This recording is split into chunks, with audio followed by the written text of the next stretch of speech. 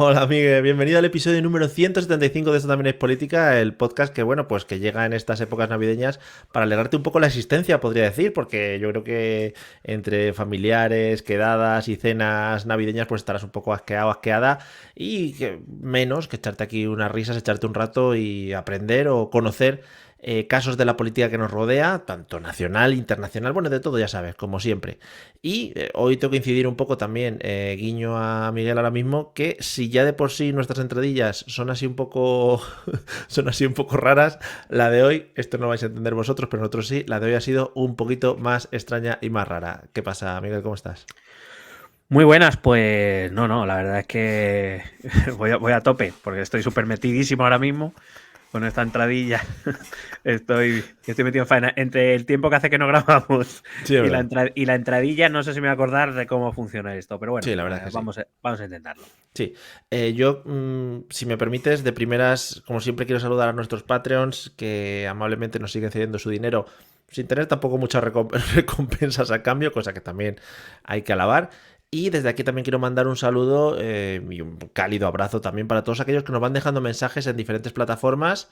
En Evox se pueden dejar mensajes, en Spotify, amigos, se puede dejar mensajes también. No sé si lo habréis visto, pero en Spotify, cuando escuches un episodio, te pregunta qué te ha parecido el episodio. Claro, te hacen, creo que una pregunta muy concreta. Entonces, nos están llegando respuestas muy concretas. Rollo, una puta mierda, esto es un asco, sois unos rojos, ese tipo de cosas, ¿sabes? Entonces, no sé si Bueno. se podrá cambiar la pregunta. También si tú propones alguna pregunta, también la podemos cambiar. Hombre, quiero decir, si el mundo fuera como debe ser, pues te cambiaría la respuesta, pero como no, pues que cambie la pregunta. Si al final. Estaría De guay. todas maneras, no te da la sensación de que da igual cuál sea la pregunta. O Sí, la sea, verdad es que sí, la verdad es que sí. Que de todas maneras, Spotify te debería dar la opción de, ¿quieres falsear las respuestas que dejan sobre tu podcast? ¿No? Y tú, hombre. sí, un premium se paga, ¿no? Se paga Joder, ahí para falsear. lo hace el Chocas, no lo vamos a hacer nosotros. Claro, y tú te pones ahí, joder, qué gran podcast, sois dos bellas No, a personas. lo mejor tampoco, pero variaríamos un poco, ¿no? O sea, Sí, a lo en mejor plan, diría, claro, somos que idiotas, sí, sí, bueno, la verdad que sí. Bueno, pues eso, un saludo a todos estos que estáis ahí quemados. Por cierto, mucha gente de países internacionales, ¿no? Mucha gente de México diciéndonos que por qué nos metemos con López Obrador, gente de Argentina, que por qué nos metemos con Milei, bueno, cosas de esas. Es que al parecer tu frase a la hora de López Obrador fue, no sé si la recuerdas, no sé si la tienes en pues mente. absolutamente no, ya te lo digo. Creo que dijiste que llegaba con lo justo para no cagarse A encima pasar o el algo día, así. a pasar el Sí. día, a lo mejor. Pero es una frase que utilizo mucho últimamente, ¿eh? Para muchas personas de muy diferentes ámbitos. Sí. Empieza a pensar que hay muchos seres humanos que tienen lo justo para pasar el día, ¿eh? Y Sí. que se conectan por la noche a recarga, porque no nos da para más, ¿eh? Es como los iPhone, que ya al final del día vas al 15%, ya dices, ostras, que voy muy apurado. Claro. De todas maneras, si tengo que pedir disculpas a ese familiar de López Obrador, se los pido. Era el mismo, yo creo. Claro, Bueno, quiero decir, no sabía yo que la gente se lo tomaba tan a pecho, pero bueno, claro, oye, bueno. que perdón por decir eso de tu primo, ¿sabes? A las gentes, efectivamente. Si es que cuanto más primo más me arrimo, si es que al final. Y nada más, como Hala, entra. otro comentario feo que nos van a poner. Efectivamente. Dicen, ¿y ahora qué pasa? ¿Que no nos podemos tocar con nuestros primos? Si lo hemos hecho toda la vida, hombre, Hombre, aquí y claro, tal. joder. Claro. ¿Qué te vamos a decir nosotros? Mira los Borbones. Claro. ¿Qué te A vamos a ver, es que decir? eso es así, eso es así. Ojo que ya están sacando fotos de Leonor saliendo de fiesta. Hombre, vamos a ver. Leonor ha dicho Que un poquito de salseo, ¿no? un poquito Tanto, de swing, que quiere hacer un poquito de swing. tanto militar y tanta marcha, Claro, un poquito de marcha, pero de la otra, claro. claro, claro. Que también me imagino yo las quedadas de la princesa como un poquito, ¿no? Tensas por tener a cuatro guardaespaldas alrededor, por ejemplo, con las No, amigas. son multitudinarias en general, porque entre los suyos y los de la gente que queda hay más guardaespaldas que gente en las Efectivamente, quedadas. efectivamente, efectivamente. Bueno, no creo que queden en Pepe el Guarro, por ejemplo, ni ningún bar así de... Podría ser. Sí, yo creo que quedan a comerse ahí unas bravitas y unas alitas de pollo en la pepita, ¿sabes? Joder, la pepita, madre mía. Bueno, pues nada, desde aquí, antes de comenzar el tema de hoy, felicitar las fiestas a todo el mundo. Que si lo estás escuchando en junio, pues igual te da un poco igual, pero como nosotros estamos grabando a 28 de diciembre, pues ahí lo dejamos. No, pero que está bien felicitar las fiestas y que cada uno, pues, la Claro, fiesta que quiera, ¿sabes? Ya está. claro. Que no... Dice, no, es que yo celebro San Agustín de no sé qué. Bueno, pues adelante Claro. con ellos. Así es que nos importa una mierda, también te digo. Tú celebras, si el caso celebra. Claro, efectivamente. Bueno, pues hoy, amigos, Ahí, dale, dale. Dale ahí, acompañados dale de ahí. toses, quería decir esto, acompañados de toses, vamos a hablar de un tema que nos va a introducir ahora mismo Miguel, porque es que no me ha quedado muy claro cuando me lo ha estado contando antes. O sea que yo le dejo a él que tome la palabra y sinceridad ante todo. Bueno, lo Pero, primero ojo, voy a perdona, pedir... perdona, perdona. Dime, perdón, Pero perdón. lo que sí que me has dicho y me ha quedado claro es que me has dicho que había mandanga, que había mandanguita dura. Hoy vamos a hacer un puzzle, vamos a hacer un Joder, qué rompecabezas guapo, bueno. qué guapo. Lo primero, pedir disculpas a los familiares y amigos de toda la gente con la que me voy a meter, ¿vale? Por lo que sea. Claro, Y también si no lo escuchan por lo que sea, no se lo digáis. O sea, desde aquí, los que lo escuchan, que no hablen con los familiares, que tampoco hace falta que se lleven ese mal rato. sí, claro, o sea que tampoco hace falta. Claro.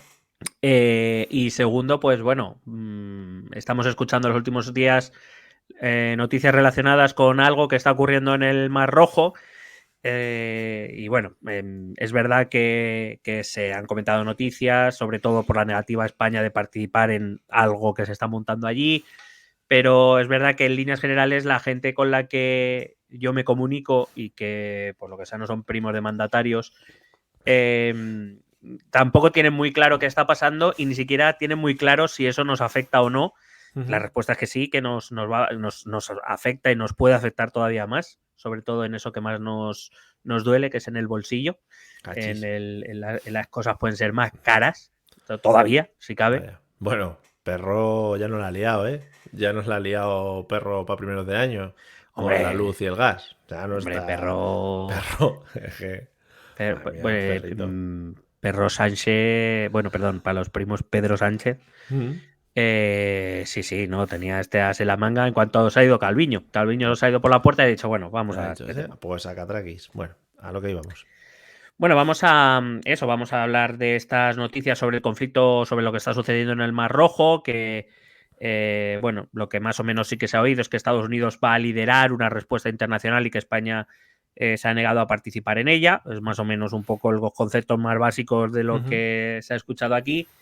Y con estos mimbres, pues bastante debiluchos, vamos a Bueno, intentar tejer, pues es un muy correcto. relato, vamos a intentar construir el rompecabezas de lo que realmente está pasando allí, que es mucho más complejo de lo que la gente pueda pensar o de lo que pueda parecer a simple vista. Como siempre, Mario, te utilizaré Oh, como piedra de gracias. toque para ver si nos estamos enterando, lo estoy Vale. explicando mínimamente Ujú. comprensible o me estoy liando yo solo. Vale. Pues nada, como siempre en cosas en las que entra Estados Unidos, pues en principio no es que nos afecte a nosotros, sino que afecta casi siempre a todo el mundo mundial. Entonces creo que es interesante, pues analicemos y creo que para este 28 de diciembre queda como buena broma. Así que nada, adelante y ya sabes que soy tu piedra de toque para que hagas lo que quieras conmigo. Sí, es lo que te dejes. Bueno, vamos a empezar por lo más básico, el Mar Rojo. Venga. El Mar Rojo Vale. se encuentra en el... Bien. claro, Sí, sí, sí. alguien que pueda estar escuchando este podcast y no lo tenga muy claro, pues que busque en Google Maps, que para eso está, Claro. o en Mm, cualquier otra aplicación de Internet. El Mar mm. Rojo es un mar que se encuentra en el noroeste de África, bueno, entre el noroeste de África y el sudeste de la península arábiga. Está conectado con el mar Arábigo, que es parte del Océano Índico, por la parte sur, y por la parte norte. Bueno, ahí hay un estrecho, el llamado estrecho de Bab al-Mandeb, Claro. que también llamado el estrecho de las lágrimas, y ya con esto nos vamos haciendo una pequeña idea. Mm. Y por su parte norte está conectado a través del canal de Suez con el mar Mediterráneo. En este caso, la geografía es muy importante para entender todo lo que vamos a comentar. La importancia geoestratégica del Mar Rojo es fundamental porque es un enclave de rutas comerciales internacionales por vía marítima. De hecho, creo que, bueno, que no, porque además estábamos en pandemia encerrados y nos enteramos de todo porque no tenemos otra cosa que hacer. El Sí. Mar Rojo paralizó buena parte del comercio internacional cuando un buque, el Ever, no me acuerdo cómo se llamaba, el Evergreen o el Ever, no sé, algo así, se quedó atravesado en el Mar Rojo y paralizó todo. Estuvo Sí, allí que hizo encallado un poquito 5 de días maniobras. Un hasta que lo poquito de... sacaron y pues eso Sí. produjo retrasos en las cadenas de suministro. Bueno, se lió Ah. parda. Bueno, pues ahí ese es el Mar Rojo. Entonces, Por ahí, por el Mar Rojo, pasan rutas comerciales internacionales por vía marítima que son fundamentales a escala global. Es una vía muy importante, sobre todo para el transporte de petróleos, de todos, de petróleo y de todo tipo de mercancías, y es un punto de unión entre Asia, África y Europa, y por extensión también al resto de Occidente, incluyendo la propia Estados Unidos. A esto hay que sumarle que está en medio de Oriente Medio, y ya sabemos que es una zona un poquito caldeadita, una región muy sensible en la que, claro, este eje por el que pasa buena parte del comercio, pues es un lugar fundamental. En el norte, el Canal de Suez, una de las grandes obras de la ingeniería contemporánea, es la gran puerta del comercio entre Asia y Europa a través del Canal de Suez, que es un canal construido por el hombre entre el final del Mar Rojo y conecta con el Mar Mediterráneo. Desde que se construyó, pues reduce considerablemente los tiempos de transporte, porque si no hay que hacer lo que están haciendo las navieras ahora mismo, que al no poder pasar por el Mar Rojo por el peligro que hay, y que explicaremos en un momento, lo que hacen es rodear África, con lo cual el tiempo de transporte es mucho más largo y, como siempre, esto se traduce en costes más altos. Por tanto, los productos que viajan a través de estos barcos, grandes barcos de contenedores y demás, pues acaba todo encareciendo. Es una obra que se impulsó a raíz del descubrimiento de los grandes yacimientos de petróleo en la zona arábiga, y para intentar reducir los tiempos de entrega y de transporte y para abaratar los costes, pues se impulsó esta obra del Canal de Suez, que, como digo, es una de las grandes maravillas de la ingeniería contemporánea, que bueno, pues atrae a todos los barcos que salen desde el Golfo Pérsico. El Golfo Pérsico está al otro lado de la península arábiga, pero bueno, pues donde está la mandanga del petróleo, básicamente. Sí, sí, sí. Voy a contar brevemente esto, pero porque tiene su sentido. En la construcción del canal se realizó entre 1859 y 1869, cuando, para intentar reducir la influencia británica en la zona de Egipto, para que nos hagamos una idea, el Mar Rojo, donde está el Canal de Suez, es Egipto. Egipto era una zona de clara influencia británica, de hecho llegó a ser colonia británica, o una parte de ella al menos. Para intentar reducir la influencia británica en la zona, los franceses, en plena carrera colonial, impulsaron o acordaron con el gobierno egipcio la excavación de un canal de más de 150 kilómetros de largo, con mano de obra esclava, por supuesto, con condiciones laborales dignas, horarios... Hombre, por supuesto, sí, sí. Seguros sociales, de todo, sí, claro. Bueno, un canal que uniera, como digo, el Mar Rojo y el Mar Mediterráneo. Es una historia que no voy a profundizar, sí que voy a dar algunos toques porque sí que es importante para entender el contexto de la zona, pero es una historia bastante fascinante y bastante trágica también. En la construcción murieron muchas personas, algunas fuentes hablan de 85.000, 100.000 personas, algunos llegan a las 300.000, bueno. No es fácil de saber, y menos en aquella época, y menos cuando hablamos de gente que en líneas generales a Occidente le importaba poco. Que murieran egipcios, pues tampoco era, incluso al gobierno egipcio tampoco le preocupaba demasiado. Era tradición también, pues en las pirámides no moriría gente también, joder, pues un poquito más. Bueno, al final el Canal de Suez empezó a ser gestionado por una sociedad que estaba participada por el gobierno egipcio, de que también empezó a participar el gobierno otomano y parte de inversores franceses. Pero por avatares del destino, que haya leche me he dado, por avatares del destino, digamos, la participación egipcia y otomana acabó en manos británicas, por cuestiones. Básicamente esto fue el preludio de la invasión británica que se dio en 1882, y desde entonces, digamos, bueno, a partir de entonces el canal pasó a estar bajo manos franco-británicas, pero sobre todo bajo control británico. En cualquier caso, por la Convención de Constantinopla, los británicos se comprometieron a que se permitiría el paso de todos los barcos, fuera cual fuera su bandera, eso sí, pagando cada vez que se pasaba por el canal, pagando la cuota establecida, como no puede ser de otra manera y como sigue siendo a día de hoy. Por lo que sea, los británicos se han quedado con muchas cosas de los egipcios, ¿no? Sí, bueno, y de tantos otros. Vale, vale. A pesar de que los británicos, después, tras una etapa colonial, Egipto se independizó en 1936, que fue cuando el gobierno británico reconoció dicha independencia, pero ni franceses ni británicos renunciaron al control del canal, porque al final El canal es por donde pasaba buena parte ya del comercio internacional, sobre todo ese petróleo que, como digo, que venía del Golfo Pérsico. Bueno, sí, sois independientes, pero esto lo voy a seguir controlando yo.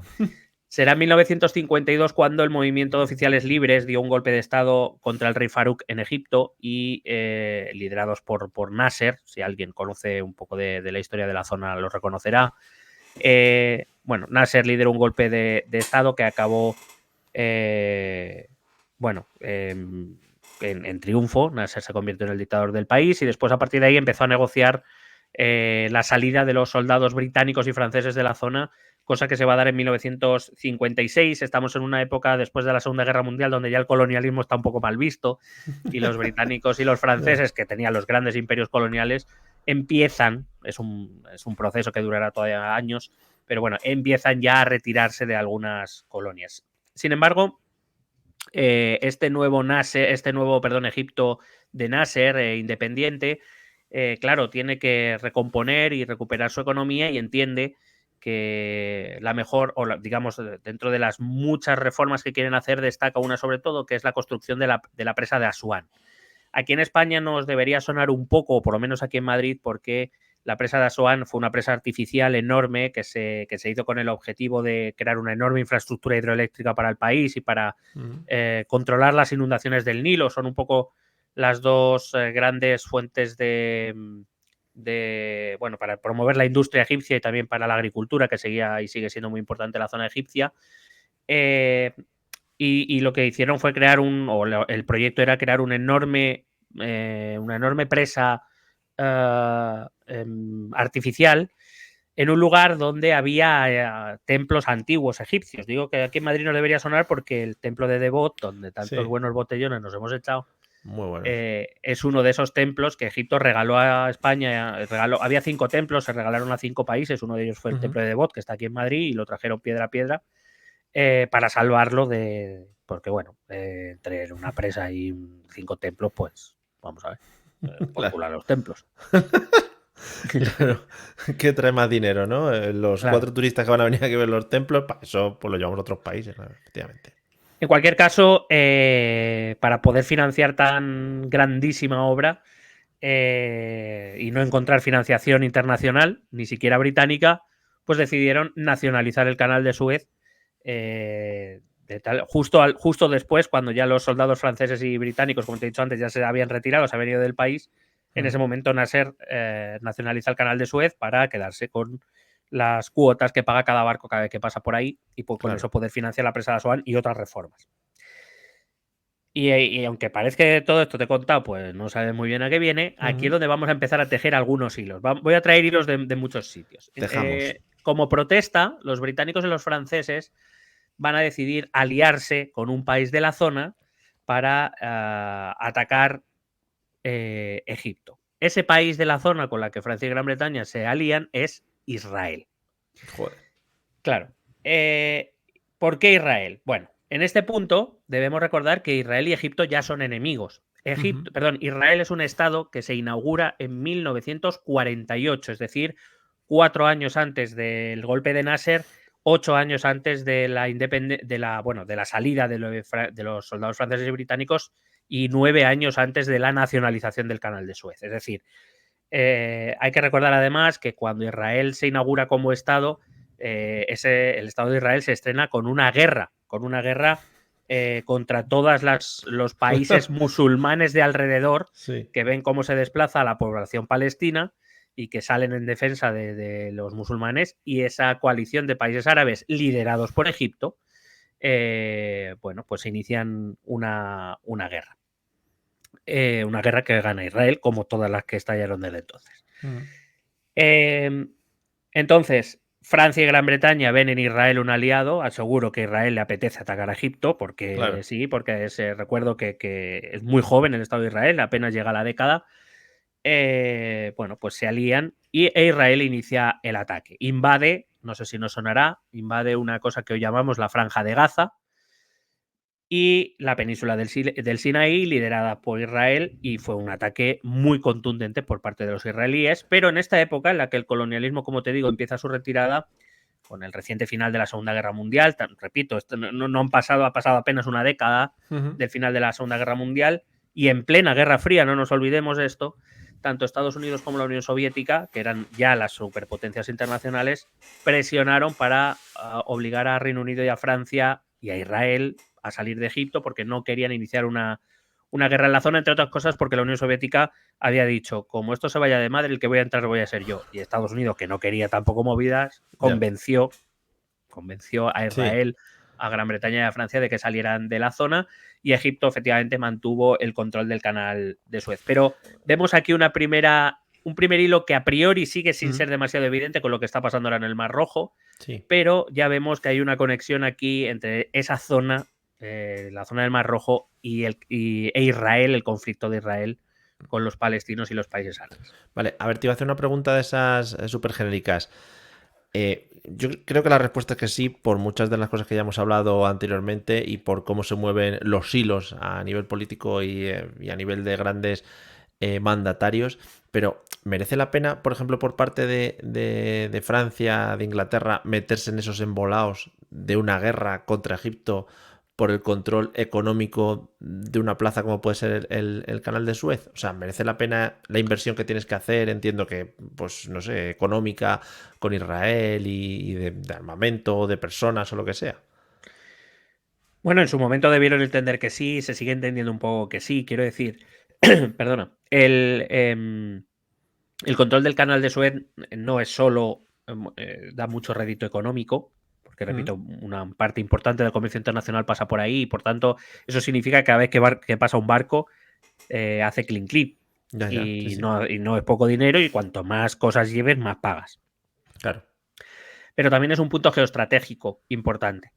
Tenemos que entender que en estos momentos tanto Gran Bretaña como Francia todavía mantienen buena parte de sus imperios coloniales. Pero bueno, en esto, Gran Bretaña, yo creo que también nosotros lo podemos entender, sobre todo desde el punto de vista o por nuestra relación con Gran Bretaña por Gibraltar. Gibraltar es un lugar que, bueno, económicamente es relevante, sobre todo porque se controla el acceso al Mediterráneo o la salida del Mediterráneo al Atlántico. Si no, los que hemos estado por Gibraltar tampoco entendemos muy bien el ansia o el afán por controlar esa zona, ¿no? No vemos. Por orgullo británico ya, por chafarnos a nosotros. No es una cuestión de orgullo, igual que los británicos siguen siendo muy influyentes en Chipre o en Malta. Bueno, son lugares geoestratégicos importantes que permiten a los británicos bueno, tener una posición, vamos a llamar, internacional, estratégicamente muy relevante. En el caso del Canal de Suez, como te digo, no solo era además esa posición geoestratégica, es el paso del Mediterráneo al Mar Rojo y por tanto a la salida al Índico y a toda la zona de la península arábiga, a Oriente Medio, sino estamos hablando también además de uno de esos que llamamos cuellos de botella, es decir, esos lugares por donde el comercio internacional pasa porque reduce mucho el tiempo, pero que no es un lugar demasiado abierto y por tanto se puede controlar fácilmente. Y que además en este caso le daba réditos económicos a un canal en el que los británicos habían invertido mucho también, quiero decir, es una inversión casi de interés nacional más que de las inversiones privadas que hubiera podido haber. Sí, supongo que, claro, en esa época en la que las colonias estaban todavía un poquito ahí en ciernes, entiendo que, pues eso, pelear por una de esas y sobre todo con ese carácter, ya no solo económico, sino lo que tú dices, igual con la capacidad de poder bloquear incluso posibles envíos o posible comercio con ciertos países o lo que sea. Al final te da Claro, al muchas final posibilidades. la geoestrategia, que muchas veces no, aquí sí que hemos hablado de ella en varias Vaya. ocasiones, pero no se trata mucho, no se da mucho a conocer al público en general, es importante no tanto por cuestiones, en este caso, incluso económicas, puede ser que incluso en este caso lo acompañan, pero tenemos que entender que las posiciones geoestratégicas relevantes son las que te dan poder para influir en determinados comportamientos a nivel internacional o para colocar a tu país en una determinada posición de ventaja respecto a otros. Por ejemplo, que Gran Bretaña controle el paso del Mediterráneo al Atlántico, es decir, el estrecho de Gibraltar, tenemos que entender que el Peñón es una zona muy fácil de defender, dado que, bueno, estos, los que hemos visto 300 lo podemos entender. Ya te puede venir el ejército de Jerjes, que si tú los llevas a un desfiladero estrecho, da igual los que vengan, porque van a venir de 4 en 4, no pueden venir más. Claro. De tal manera que con menos soldados puedo defender la zona. Bueno, pues esto es un poco lo mismo. Si además, y en este caso sabemos que en la época contemporánea, uno de los grandes elementos geoestratégicos a controlar es la economía. Que tú controles el paso de los barcos del petróleo, de cosas como el petróleo o incluso de los barcos de gas, etcétera, te da mucha capacidad de influencia. Al final es lo que, por ejemplo, por el interés, esto, si te acuerdas, lo hablábamos cuando hablábamos de la historia de Rusia y Ucrania, es lo que Rusia quería con la península de Crimea. No quería, o sea, no, la península de Crimea per se no es un extraordinario lugar lleno de vergeles y de paraísos. No, es una península que da a Rusia el acceso al Mar Negro y por tanto de ahí al Mar Mediterráneo y por tanto a buena parte del comercio también del gas, ¿no? Y no es lo mismo controlarlo tú a que lo controle otro. Al final, la invasión rusa de Ucrania y principalmente de Crimea tiene que ver con quién controla esa zona, porque Rusia no quiere tener a Estados Unidos directa o indirectamente controlando lo que pasa allí. Pues esto es lo mismo y pasa con otros lugares como el Estrecho de Hormuz o otros lugares, esos cuellos de botella que a día de hoy, donde a día de hoy el comercio internacional es lo suficientemente relevante como para que el control de esa zona te dé una gran ventaja geoestratégica. Solo por si acaso se me olvida luego, decirte que en la zona hay misiones de la Unión Europea, hay misiones de Estados Unidos, pero también hay misiones rusas y misiones chinas, es decir, tan importante es ese lugar como para que todos esos países tengan presencia militar en la zona para intentar mantener el control o por lo menos la paz en la zona y que el tráfico siga fluyendo con cierta normalidad. Y por eso se está armando la que se está armando. Si hubiera sido otro lugar en el mundo, no se montaría tan grande, pero el Mar Rojo se convierte en un lugar demasiado sensible geoestratégicamente hablando como para dejarlo al albur de los acontecimientos. Fenomenal. Pues nada, prosigamos pues. Bueno, lo habíamos dejado en que tanto la Unión Soviética como Estados Unidos, en plena Guerra Fría, habían forzado a Gran Bretaña, Francia e Israel a salir de Egipto y esta derrota diplomática, además de dar un impulso bastante importante a la propia descolonización, cosa de la que era claramente partidaria Estados Unidos, principalmente, aunque también la Unión Soviética, solo que ellos se lo tomaron de otra manera. Bueno, lo que dejó claro es que las potencias europeas ya no eran las grandes potencias que dirigían el mundo, sino que eso había quedado en manos de Estados Unidos y de la Unión Soviética. Además, ayudó a asentar la dictadura de Nasser en Egipto por la gran popularidad que alcanzó, ¿no? Aún así, Israel entró nuevamente en guerra contra Egipto en 1967 y ocupó nuevamente Gaza, la península del Sinaí, para que, bueno, lo podéis ver en cualquier mapa, pero bueno, la península del Sinaí y toda esa zona implica que también llegó a ocupar una de las dos orillas del canal de Suez. También ocupó los Altos del Golán y Cisjordania. Todos estos lugares que a día de hoy siguen siendo los lugares de disputa cada vez que hay un conflicto entre israelíes y árabes, venga de donde vengan, sean palestinos, sean egipcios, sean gazatíes, sean cisjordanos, sean libaneses, sean árabes, da igual. Son todos estos lugares por los que se pelea, que es hacia donde se desplazó la población palestina. Hay que recordar que, digamos, lo que es el Israel, aunque el territorio de Israel, las fronteras de lo que es el Estado de Israel son más amplias e incluyen todos estos o prácticamente todos estos lugares, realmente la población israelí está junto a la costa y se mete un poco hacia adentro, pero no se aleja mucho de la costa del mar Mediterráneo, la costa oriental, y la zona de Jerusalén. La población palestina o la población musulmana principalmente es la que se desplazó hacia todos estos lugares, hacia los Altos del Golán, hacia Cisjordania, que todo eso está hacia el Líbano, o la zona de Gaza, la península del Sinaí, que va hacia Egipto. ¿Vale? Ahí es donde está principalmente la población palestina, que es donde ataca Israel cuando se le inflan los cojones. Es donde ataca porque es donde está toda la población musulmana. La población, como digo, la población israelí está mayoritariamente junto a la costa o cerca de la costa. Según estabas hablando, estaba siguiendo un poco en el mapa. Otra de las cosas que hemos hablado mucho en este podcast, me flipa el tema de las fronteras hechas con escuadra y Con Escuadra y cartabón. Cartabón, Sí, sí, efectivamente. están hechas con regla, ¿eh? Puede ser que, vamos, que atraviesen un pueblo y da exactamente igual. Entiendo que no atravesará un pueblo, no sé. Pero vamos, que son fronteras hechas a regla. Sí, no sé si te acuerdas, por ejemplo, no hemos tratado excesivamente, pero sí que hablamos de este tema, por ejemplo, cuando hablamos de Afganistán, Sí. esa línea que separaba Afganistán de lo que es Pakistán y todo eso, que es Mm, efectivamente, son casi toda África está hecha con regla y cartabón, que es lo que nos indica que las fronteras ni son naturales ni las hicieron los que viven allí, porque evidentemente sabemos que además esas fronteras suelen traer problemas, entre otras cosas, porque claro. no disciernen entre la localización de los determinados pueblos y culturas, sino que era un tema puramente, bueno, se decidía entre potencias extranjeras y ya está, y al Mm. que no le guste, pues me la suda, no me interesa. Y claro, Claro. toda esta zona no carece de esas, sobre claro, Israel es un estado bueno, no sé lo que me van a llamar por este Bueno, comentario, pero hay prepárate. que decirlo. Es decir, Israel es un estado que nace a capón, es decir, se impone en la zona el Estado de Israel. No estoy diciendo ni que haya legitimidad y que no es un tema demasiado sensible que si un día nos decidimos a tratar va a ser con mucha calma Sí, y con explicando cuidado. todo muy bien y cuidando muy bien lo que decimos, pero es un estado que se mete a capón, es un estado que no existe hasta 1948 y que para poder instaurar a la población judía en Israel hay que expulsar a los palestinos y que esto no es decir, eso es la realidad de lo que ocurrió y efectivamente a Israel se le asignan unas fronteras que muy naturales en líneas generales no son. Ya. Porque claro, era crear un estado de la nada, de donde no lo había, al final, Ujú. claro. Sí, sí. Guay. Bueno, como te decía antes, Israel entró en guerra en 1967, invadió todos estos lugares.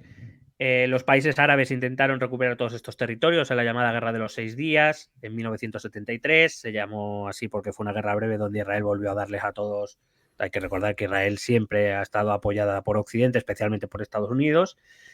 Pero que en cualquier caso en esa Guerra de los Seis Días Egipto logró negociar para recuperar la península del Sinaí y el control completo del canal de Suez. A raíz de estos conflictos se inició una crisis de comercio internacional, la crisis de 1973, iniciada por la crisis del petróleo, cuando como castigo los países árabes decidieron no vender petróleo de manera directa a los países occidentales, especialmente a Estados Unidos, y eso implicó la enorme subida de precios, la enorme inflación que ocurrió, porque claro, implicaba que todos los países occidentales, que en esos momentos eran los países industriales del mundo, eh, tenían que comprar el petróleo en mercados secundarios, es decir, tenían que pagar el beneficio de los árabes y el beneficio del intermediario que se lo vendía, con lo Claro. cual todo se volvía mucho más caro. Con todo esto que te he contado, quería poner en relevancia dos cosas. La primera, la enorme importancia que tiene el Mar Rojo en el comercio internacional y las Ujú. consecuencias que en todo el globo tiene su bloqueo, es decir, la crisis del petróleo del 73 por el Mar Rojo o por cosas que ocurren alrededor del Mar Rojo, afectó a todo el mundo.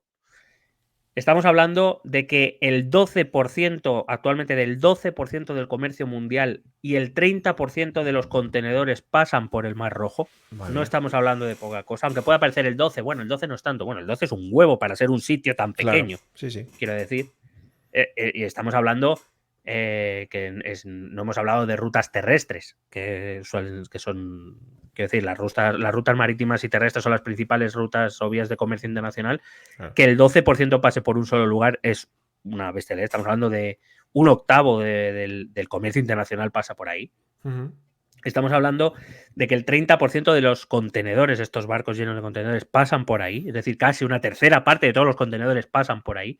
Recuerdo que los contenedores es donde viene todo lo que se importa y exporta. Mm. Y que, por tanto, el estrangulamiento de esta zona estrangula buena parte de la economía mundial. Ni siquiera solo de la occidental, también de la asiática y de la africana. Recordemos, como te decía, cuando pasó lo del barco este que se quedó encallado, estuvimos 4 o 5 días, estuvo el canal parado hasta que consiguió desencallar el barco y recuerdo los retrasos y todos los problemas que eso generó, que fue un retraso de 4 o 5 días, no estamos hablando de lo que Sí. está pasando ahora. Y la segunda cosa por la que te he contado todo esto es la relación que tiene este lugar con todo lo que allí ocurre con el conflicto árabe-israelí. Que claro, tenemos que, aunque no se haga, yo por lo menos en las noticias no lo he visto o no lo he visto demasiado, vamos a tener que conectar lo que está pasando en el Mar Rojo con el nuevo, digamos, con el nuevo conflicto que hay entre Israel y en este caso Hamas y en la Franja de Gaza. Ujú.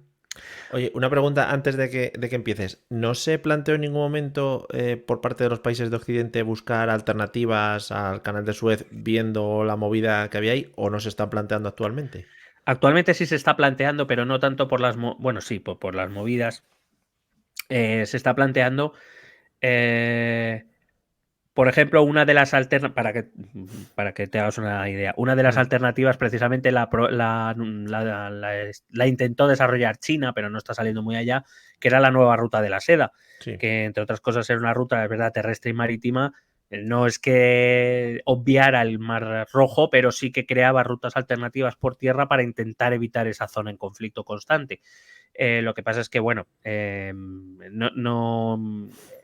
digamos, no hace, o por lo menos no está teniendo demasiadas ventajas, especialmente para Occidente. ya. Otra ruta alternativa que se está mirando actualmente es ir por el norte. El cambio climático está haciendo que el océano glaciar ártico, digamos, permanezca congelado menos tiempo ahora mismo y por tanto Sí. se abren rutas marítimas por el norte de Rusia y por esas zonas podría ser interesante y de hecho sí que ya se está tanteando el terreno porque claro, confiar en estos pasos en lugares tan Claro. conflictivos, pues claro, genera problemas, cada Mm, X tiempo genera un problema, cada vez que a alguien le toca los huevos a Israel o Israel se deja tocar los huevos y se lía parda otra vez, claro. pues volvemos al mismo problema de siempre. Mucha inestabilidad para recibir nuestros productos de AliExpress. No podemos estar. O sea, esto hay que recibirlo bien. No Vale. puedo estar ahí pensando. Bueno, vamos con otra pieza del puzzle que aparentemente voy a empezar a hablar de otra cosa diferente, pero al Qué final guapo. los uniremos. Vale. Hasta aquí bien, ¿no? Más o menos. Sí, sí, bien, bien, bien. Vale, el Mar Rojo ha saltado a las noticias en los últimos días porque lo que está ocurriendo allí es que se ataca a los barcos mercantes que acceden al Mar Rojo desde ese estrecho de las lágrimas que te contaba antes Ujú. por parte de los hutíes. Joder. Y bueno, pues vamos a ver quién no son los hutíes, porque claro, aquí se habla de hutíes, pero nadie se molesta en explicar quiénes son. Los hutíes son una milicia política y armada que se opone al gobierno de Yemen y que constituye uno de los bandos en conflicto de la guerra de Yemen que se da desde 2014. Es verdad que se ha hablado algo de esto, pero sobre todo cuando se designó Qatar como sede del Mundial, porque Qatar Ujú. estaba metida por ahí. Bueno, ahora voy a hablar de eso. Pero bueno, es verdad que no es un tema que ni que preocupe ni que se conozca mucho por aquí, por estas latitudes. Los hutíes son un movimiento chií, zaidí, es chií zaidí, opuesto al gobierno yemení, que son suníes, y según ellos, demasiado dependientes de Arabia Saudí y de Estados Unidos. Vamos por partes. Vamos a intentar hacer las cosas fáciles. Que te he dicho algunos palabras que no sé Sí, si sí, estamos sí, sí. sabiendo Había seguir. mezcla. Había mezcla. Vale, vamos a empezar por la religión musulmana, el Islam. Ujú. Se divide principalmente en dos grandes ramas, Mm, para que lo hagamos una idea. Igual que el cristianismo se divide principalmente en tres ramas, catolicismo, protestantismo y mm, ortodoxia, pues el Islam se divide principalmente en dos ramas, que son la rama suní o sunita, mm, que más o menos es la mayoritaria, profesa el 85-90% de los musulmanes son suníes, y la rama chií o chiita, que aproximadamente son el 10 o el 15% de musulmanes, entre el 10 y el 15% son chiitas. mm. Vale. Hay una tercera rama que está presente en Omán y en algunos países africanos, pero es muy minoritaria, que son los ibadíes. Pero bueno, esto ya es otro tema. Principalmente sunitas y chiitas. Vale. El sunismo y el chiismo, digamos, no son ramas monolíticas, también esto lo tenemos que entender, igual que dentro del catolicismo hay muchas Aparte, ramas o todo lo que subramas. hay. Mm, Claro, jesuitas, teología de la liberación, Opus Dei, bueno, puedes encontrar muchas cosas, igual que dentro del protestantismo tienes luteranos, calvinistas, evangélicos, bueno, como te digo, hay dentro de cada rama hay muchas subramas, pues mm. eso, el sunismo y el chiismo no son ramas monolíticas, dentro tienen distintas escuelas, no es el programa este para profundizar en ellas. Si a No. alguien le interesa y en algún momento, pues eso, pues nos podemos correr un programa sobre esto. Pero sí debemos entender que ambas ramas tienen una visión del Islam diferente, especialmente, digamos, en lo que sería la vertiente política de ambas ramas. ¿Por qué? porque sus principales diferencias, por supuesto, igual que aquí, lo podemos entender igual, hay diferencias dogmáticas, pero son pequeñas, bueno, en ritos, en algún tipo de dogma, bueno, pues allí sus principales diferencias radican precisamente en la cuestión política, porque el sunismo y el chiismo, bueno, breve, muy breve, yo creo que esto es Islam 101. El Islam nace con el profeta Muhammad, o Mahoma, como cuando éramos pequeños era Mahoma, ahora ya es Muhammad. Bueno, a Muhammad cuando muere le suceden 3 califas más, el cuarto es su yerno Ali, y a partir de aquí los sunitas, a partir a la muerte de Ali, la comunidad musulmana escoge un nuevo califa, que estos son los que sigue el sunismo, y los chiitas creen que el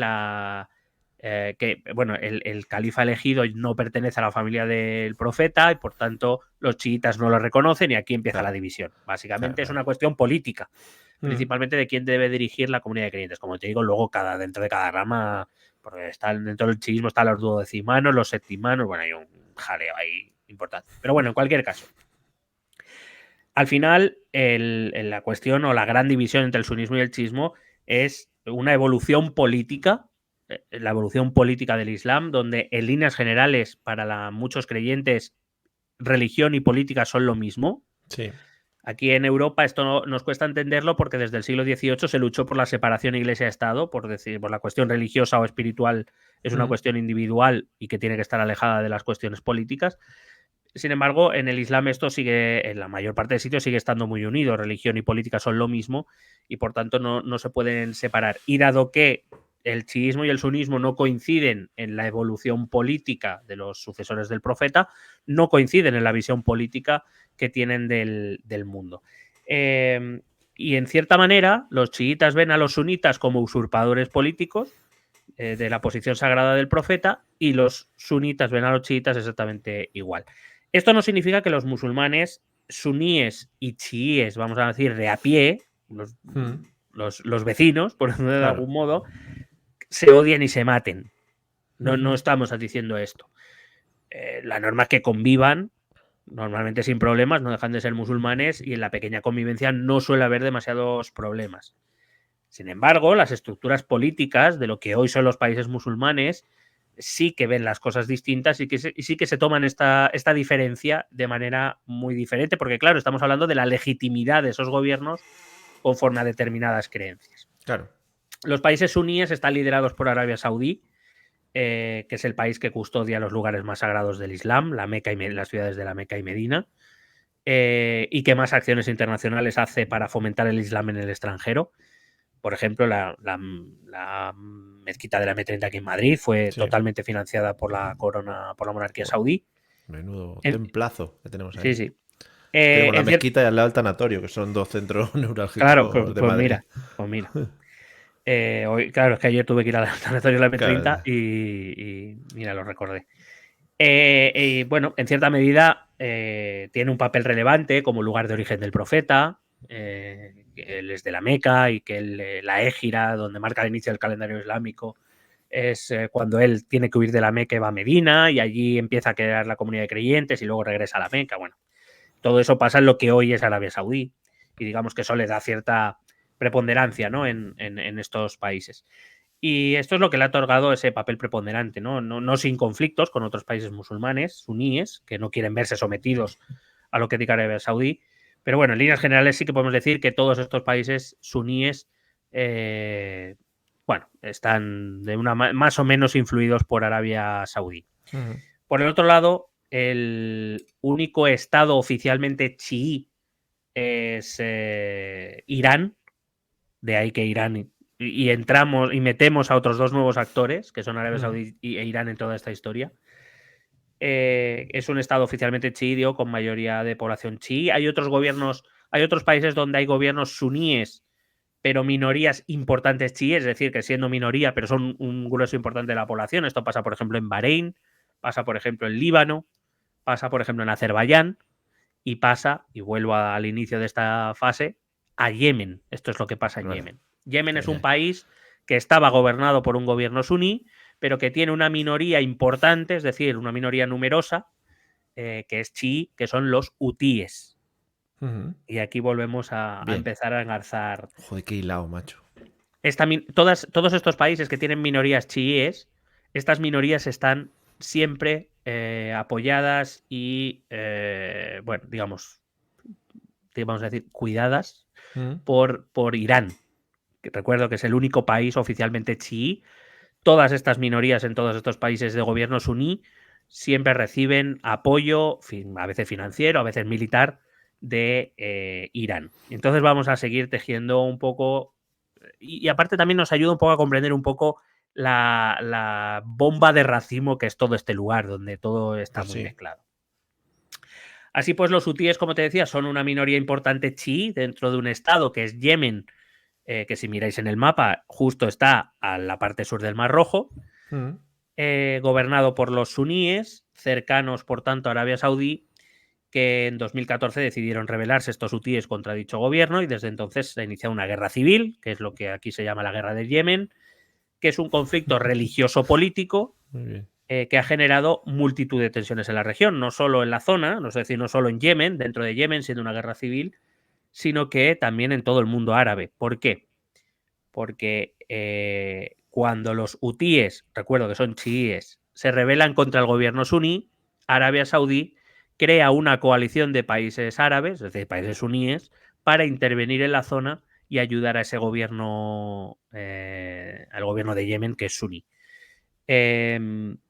Esa coalición la lideraba Arabia Saudí y estuvo también con una participación importante de Qatar, sigo metiendo actores, que si bien es cierto formó parte inicialmente de esta coalición, se distanció de ella y aparentemente decidiendo crear una agenda internacional propia, de la que forman parte, por ejemplo, la compra de algún club de fútbol.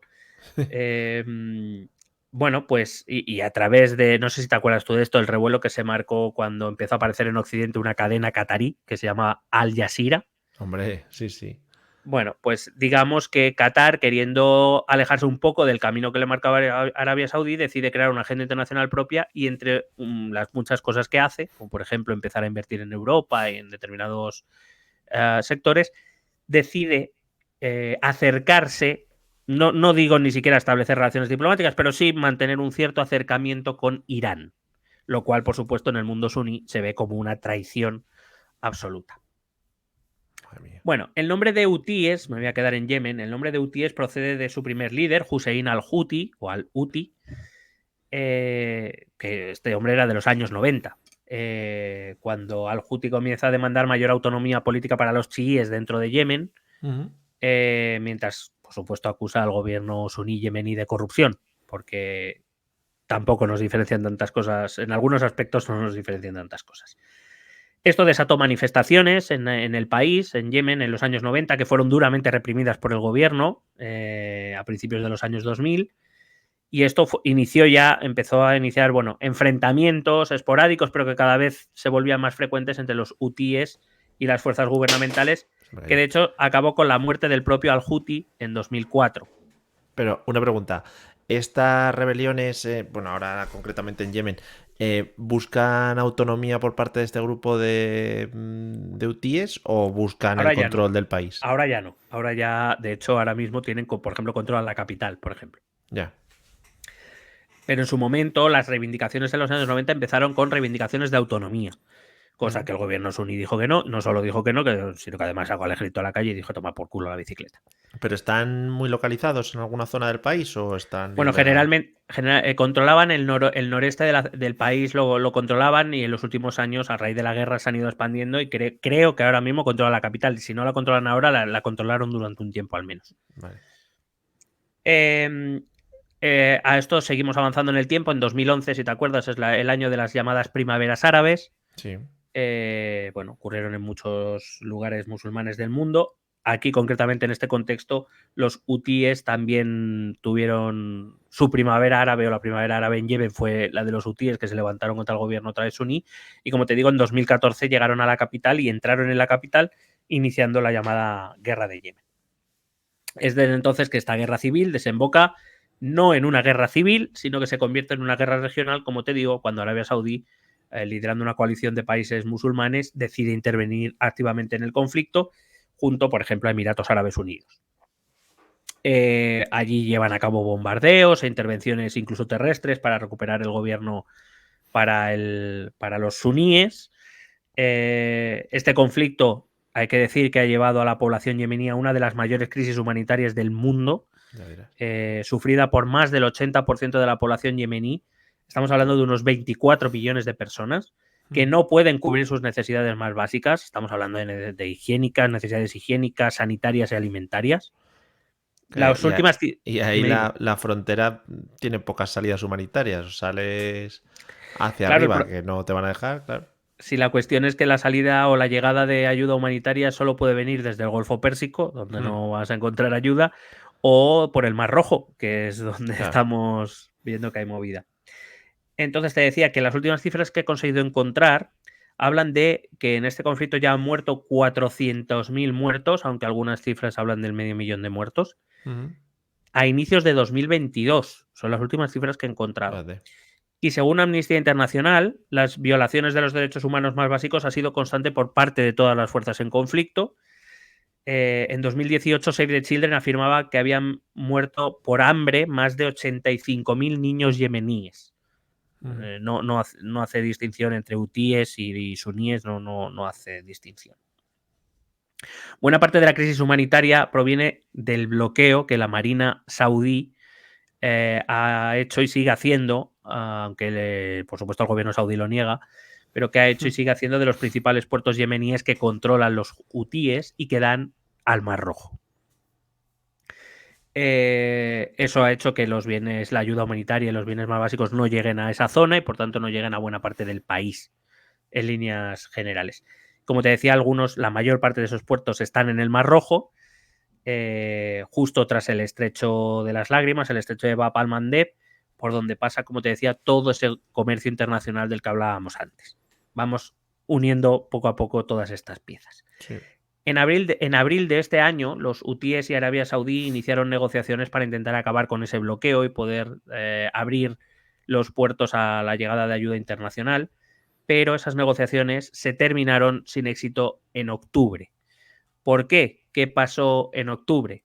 En los días 6 y 7, Hamas lanza un ataque contra territorio israelí e inmediatamente los israelíes inician la invasión de Gaza y los hutíes deciden atacar posiciones israelíes con misiles que fueron interceptados, por cierto, por un buque estadounidense algunos y por las defensas antiaéreas israelíes otros. Pero ya vemos cómo la guerra de Yemen se mezcla con el conflicto árabe-israelí y cómo esto va a influir en el Mar Rojo. Y aún así, aunque ya podemos establecer alguna conexión, vamos a intentar trazar alguna otra conexión.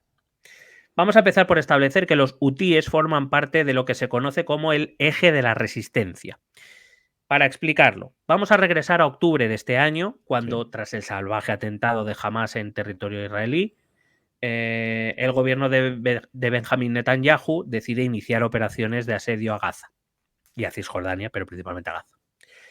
A las pocas horas, esto se puede buscar en internet, a las pocas horas el ministro de Asuntos Exteriores de Irán, Hussein Amir Abdollahian, o algo así, venía a decir que consideraba posible cualquier acción preventiva contra el régimen sionista por parte del eje de la resistencia. Es decir, son palabras literales del ministro de Asuntos Exteriores iraní, que nos hace preguntarnos qué es el eje de la resistencia. El eje de la resistencia es una alianza militar y política anti-israelí, anti-estadounidense y anti-saudí, que está formada por numerosas organizaciones paramilitares y políticas de Oriente Medio.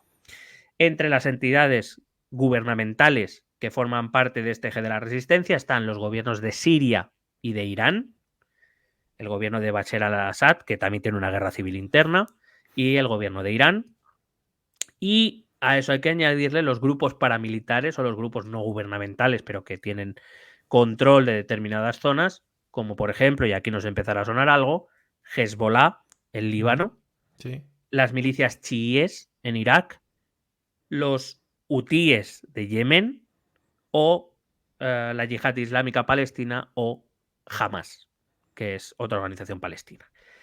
Hay otras formaciones menores en la zona, pero bueno, decimos las que más nos pueden sonar son esas, sobre todo Hezbollah y Hamas, y ahora los hutíes yemeníes, que son, bueno, pues ese eje de la resistencia. Hay que decir, y Claro, no sé si te supongo, acuerdas, perdona, dime. supongo que los movimientos estos de Israel, por ejemplo, contra Hamas y la Franja de Gaza y todo esto, lo que hizo es que activó a todos sus enemigos, pues en este caso, por ejemplo, a Irán, para decir, oye, venga, pues nosotros también vamos para adelante, ¿no? Cuando ocurre el atentado de Hamas y se atisba, porque al final vamos a intentar explicar un poco qué es lo que ha pasado ahí. No nos vamos a meter mucho, Sí, sí. lo prometo, porque es un tema delicado y complejo. Mm. Pero sí que tenemos que tocar una parte para entender qué es lo que está pasando en el Mar Rojo. Mucho tiene que ver con el enfrentamiento que hay entre Israel e Irán, Ujú. y el enfrentamiento de los países suníes e Irán. Porque Irán es la nota discordante, es decir, son musulmanes, igual que Arabia Saudí o que Emiratos Ya, Árabes o que el Líbano, pero no son lo mismo. ya. Y recuerdo, Arabia Saudí e Irán se odian. Eh, Claro, y entiendo que podría ser una convivencia normal si no estuviese el Islam de por medio, que digamos que centra toda la vida, ya no solo política y religiosa, sino todo ahí. es que Entonces, es son que es una enemigos zona. de por sí. Sí, pero es que además, o sea, hay que entender varias cosas, que es una zona tremendamente compleja. Es decir, Arabia Saudí e Irán se Mm. odian, pero Arabia Saudí e Irán odian a Israel. Ya. Entonces, ha habido momentos donde incluso ha habido alianzas tácticas, vamos a decirlas, o estratégicas, cuando Israel era el enemigo.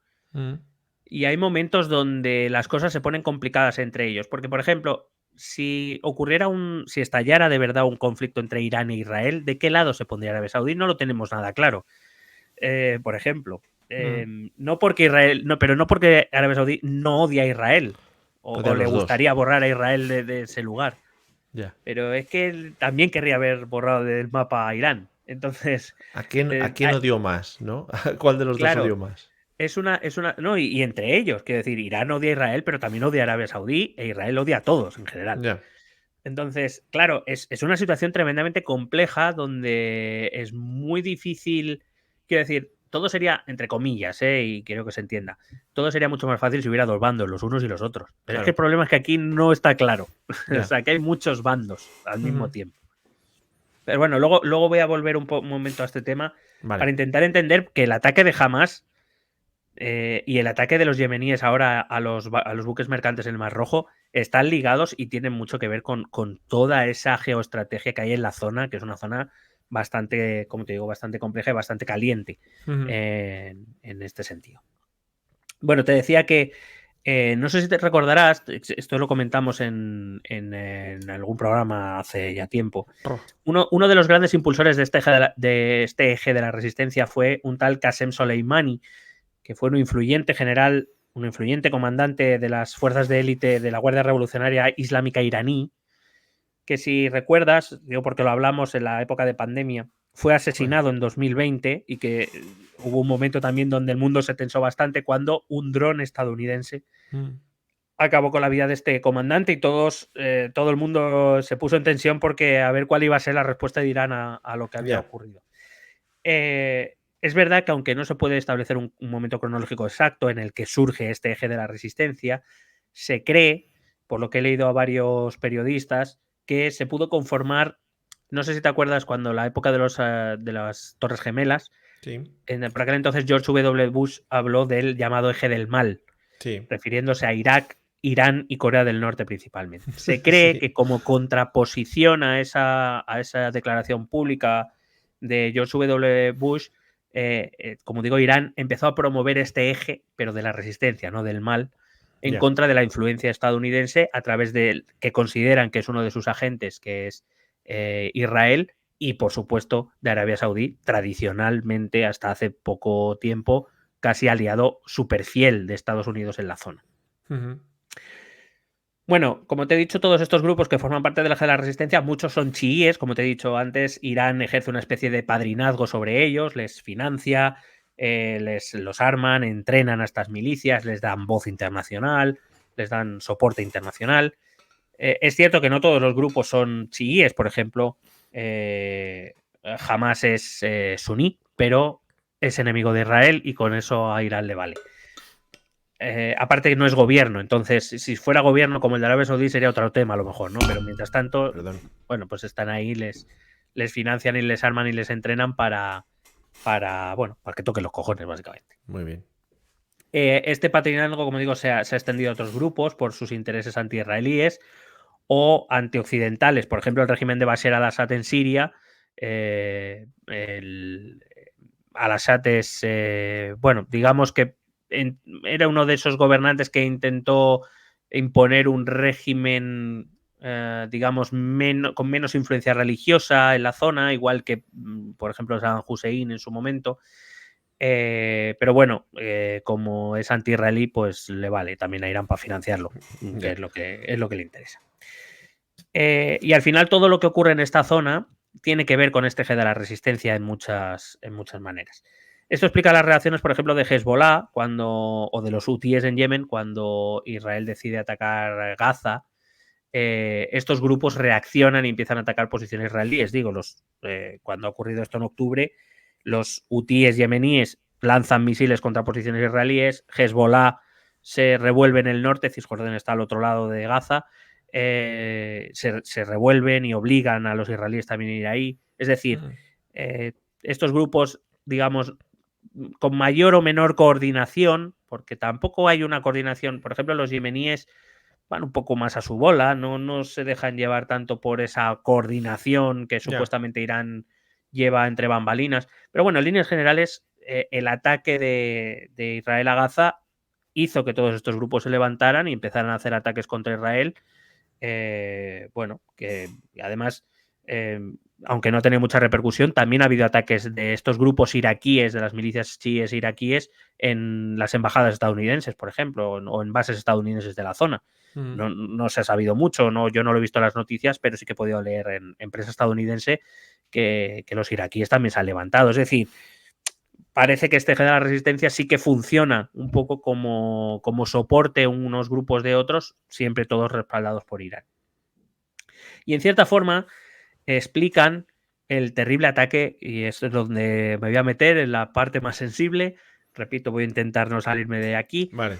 Explican en cierta manera el terrible ataque que Hamás hace los días 6 y 7 de octubre en territorio israelí, en un contexto en el que varios países árabes, y aquí vamos a meter a otro actor en juego que es Estados Unidos, en un contexto en el que varios países árabes ya habían firmado acercamientos con Israel en los llamados acuerdos de Abraham, impulsados por Donald Trump, de los que hemos hablado aquí en varias ocasiones, y la cercanía del establecimiento de relaciones diplomáticas oficiales entre Israel y Arabia Saudí que se estaban negociando en los últimos meses.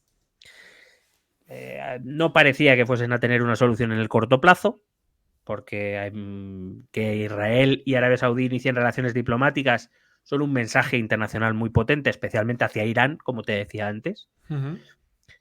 Estos países que ya han firmado acuerdos con Israel, como por ejemplo Marruecos u otros países, tiene que ver con los intereses estadounidenses de mantener una cierta alianza precisamente en contra de Irán también. Por supuesto, todos estos países árabes o musulmanes que han firmado ya esos pactos con Israel reciben cuantiosas inversiones de capital estadounidense, ventajas comerciales y ventajas militares y todas estas cosas. Evidentemente no firman porque de repente Israel les caiga súper bien. Y es cierto, se viene hablando tiempo de que Arabia Saudí podía ser uno de los países que en un futuro cercano, aunque sin establecer cuándo, podrían llegar a firmar algún tipo de acuerdo de reconocimiento con Israel. Porque hay que decir que muchos países árabes no reconocen a Israel no porque no exista, sino que lo quieren fuera de ahí, vamos, principalmente. Es decir, en todos estos acuerdos de Abraham se firma entre países suníes e Israel, y con Estados Unidos por relación. Sí. Y el atentado de Hamás del 6-7 de octubre tiene un componente geoestratégico claro. Si los países suníes aceptan la existencia de Israel y su status quo con él, la resistencia palestina se queda sola y por tanto Tel Aviv podrá hacer con ellos lo que quieran. Este es el mensaje que yo creo que Hamás quiere mandar no tanto al mundo, sí sobre todo a los países musulmanes. Oye, os estáis olvidando de que este país, con el que estáis algunos ya firmando tratados y algunos lo estáis negociando, se creó a partir del desplazamiento forzoso, del asesinato de muchos musulmanes que fueron desplazados para que ellos pudieran sentarse aquí, además de las políticas israelíes cuanto menos polémicas, por ejemplo, la política de las colonizaciones, donde van creando asentamientos mientras echan a los palestinos de sus casas. Ya. Si Israel consigue mantener o firmar acuerdos diplomáticos con todos los países que le rodean, la existencia de Israel va a ser mucho más tranquila para empezar y segundo, efectivamente, dentro de sus fronteras podrá empezar a hacer lo que quiera. Hasta ahora, la población palestina estaba sostenida por el resto de países musulmanes que le rodeaban. Si estos países empiezan a firmar acuerdos con Israel, pues los palestinos dicen que se quedan solos contra el todopoderoso Israel. El ataque de Hamas buscaba, esto hay que decirlo así, y a mí aquí sí que no puedo decirlo de otra manera, buscaba y encontró la reacción furibunda de Israel, entre otras cosas porque Israel siempre ha reaccionado así. Ya. No digo que tenga razón o que no tenga razón, repito, no nos vamos a meter, o por lo menos yo no tengo intención de en este programa meternos en más jardines. Lo que sí sabemos es que Israel siempre ha reaccionado de manera furibunda. Y claro, jamás cuando simplemente lanzo una pregunta y que cada uno responda como le dé la gana. ¿Es que jamás no sabe cuando lanza esos terribles atentados, esos terribles ataques del 6-7 de octubre, jamás no sabe cómo va a reaccionar Israel? ¿No se esperaba que Israel iba a hacer lo que está haciendo? Ya. No, bueno, iba a decir, jamás no lo esperaba. ¿Y los demás no lo esperábamos? O sea, yo cuando amaneció y tuvimos la noticia del atentado, yo, vamos, tenía claro lo que Israel iba a hacer. No sé tú, pero a poco que se siga o se haya seguido un poco la evolución política de la zona, no había muchas más posibilidades. Yo no veía a Israel haciendo un llamamiento a la calma. Ya. No lo veía. Una cosita. Como has dicho antes, si jamás hizo estos ataques, estos atentados un poco para un poco levantar un poco a la zona y decir, oye, mira lo que está haciendo Israel y que le estáis poniendo un poco en bandeja el control de la zona y un poco que estáis machacando a Palestina y tal, actuaron, o sea, ¿es una actuación por parte de Hamas independiente o puede ser que todo el eje este del que venimos No lo creo. hablando estuviese por detrás? No lo creo. O sea, quiero decir, no sé exactamente. No tengo tanto conocimiento para saber si jamás tiene completa libertad estratégica o no. Ya. Pero no creo que Irán no lo supiera, por ejemplo. No te estoy diciendo ni que jamás le pidiera permiso a Irán, no estoy diciendo nada de eso ni nada parecido. Pero no creo que Irán no estuviera prevenida, igual que tampoco creo que Hezbollah, que reacciona prácticamente de inmediato, no estuviera enterada, o incluso los hutíes. Como digo, la comunicación entre estos grupos debe ser bastante fluida y no creo que estos grupos no estuvieran, digamos, informados más que nada para estar preparados para lo que pudiera ocurrir. De verdad, no creo que a Hezbollah le pillara prevenido que jamás fuera a lanzar ese ataque, o a las milicias o a la yihad islámica palestina. No creo que les pillara de improviso y no creo que a Irán le pillara de improviso. Repito, no significa, no estoy diciendo que jamás le pida permiso a Irán o que sea un ataque ordenado por Irán, ni mucho menos estoy diciendo eso. Porque ya te digo, depende del grupo, pues hay quien está más controlado o menos controlado por Irán. Por ejemplo, te estoy hablando de los hutíes, es reconocido por muchos periodistas, tanto de la zona como de otros lugares, que van un poco más por libre, que realmente ellos han estado con su guerra y no pertenecen a ese eje de la resistencia, pero no han ido pidiendo permiso a cada paso. Ellos funcionan a su movida y tienen unos intereses comunes con otros grupos y con Irán, pues bien. Y seguramente cuando los yemeníes actúan, también creo que Irán estará prevenida, pero no significa que les estén pidiendo permiso. Porque, por ejemplo, para Irán, ¿qué importancia puede tener lo que suceda en Gaza, la franja de Gaza, más allá de que Israel esté ahí metida en jardines varios? Muy buena pregunta, pues vamos a intentar explicar eso. Gracias. Bueno, volviendo un pelín atrás, te decía que el ataque de Hamas lo que buscaba era la reacción de Israel y, por tanto, buscaba otra vez el intento de reunir a los musulmanes en contra de Israel, es decir, alejar a los musulmanes de la influencia estadounidense e israelí, de esos acuerdos, de esos pactos de Abraham, intentar, pues bueno, volver a reunir al mundo musulmán contra Israel, que había sido el enemigo histórico, o por lo menos el enemigo reciente, con el que antes por lo menos todos estaban de acuerdo, que Israel era el enemigo. Ya hemos dicho que los musulmanes de a pie no hacen mucha distinción entre suníes y chiíes, pero en este caso, digamos, se buscaba, o yo pienso que uno de los objetivos era hacer recular a Arabia Saudí en el establecimiento de esas relaciones con Israel. En cualquier caso, la acción de los hutíes, y volvemos a los hutíes, tienen además de estos intereses que tú me explicabas que tiene que ver entonces todo esto un poco, ¿no? Sí.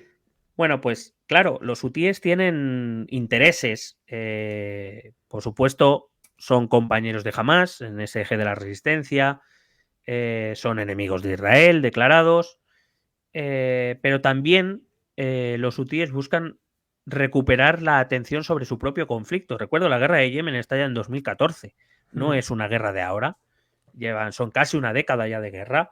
Se tuvo atención, sobre todo en los años 2018, 2019, se tuvo mucha atención a esta guerra, como te digo, porque es la mayor crisis humanitaria actualmente, es la que se crea en Yemen. Sí que se prestó atención, pero digamos que a partir de ahí vino la COVID, después el conflicto de Ucrania y Rusia. Digamos que el ataque de Hamás les permite atraer la atención otra vez sobre esta zona. Es verdad que habíamos alejado un poco el foco de atención mundial de esta zona y les permite atraer la atención no solo sobre el conflicto palestino-israelí o árabe-israelí, sino también sobre su propio conflicto en Yemen. Claro, aparte estábamos teniendo la tensión entre Estados Unidos y China, es decir, había muchos focos de atención ya fuera de Oriente Medio. Y bueno, pues es una buena oportunidad, repito, para atraer la atención sobre el conflicto árabe-israelí. Recuerdo, los hutíes son aliados de Hamás y de Hezbollah, pero también sobre su propio conflicto. ¿Y cómo se consigue eso? ¿Atacando posiciones israelíes? No. Yo creo que no mucha gente aquí en España sabía que los hutíes yemeníes habían atacado posiciones israelíes. Sí que se ha hablado de Hamás, se ha hablado de Hezbollah, pero por ejemplo no se habla del resto de grupos. Sí que se mira qué hace Irán, pero no del resto de grupos no se mira. ¿Cómo consiguen los hutíes atraer la atención sobre sí? Pues atacando el comercio internacional. Claro. Ellos, su posición internacional está muy cerca de ese estrecho de las lágrimas que da al Mar Rojo, y la economía internacional pasa por delante de sus puertos. Es una buena oportunidad, aprovechando el revuelo que se ha generado en la zona, de volver a traer un poco la atención internacional sobre su conflicto. Los ataques hutíes a los buques mercantes que pasan por este estrecho, por cierto, este estrecho apenas tiene unos 28-30 kilómetros de ancho, es decir, es una zona fácilmente controlable realmente, claro, con los misiles. O sea, no tienes que... Quiero decir, no es que se tienen una red de la ALA o algo de eso, no hace falta, ya con misiles no hace falta. Una cuerda. Claro. Y qué pasa, como digo, frente a las costas controladas por los hutíes. Las navieras ya han paralizado su acción en la zona. 4 de las 5 grandes navieras ya han anunciado que mientras esto no se resuelva van a desviar todos sus barcos por el Cabo de Buena Esperanza, es decir, rodeando el Cuerno de África, lo cual, como te he dicho, sí que nos va a afectar porque conlleva más tiempo y sobre todo más costes y por tanto el precio si esto se alarga mucho en el tiempo, las cosas volverán a subir más de precio.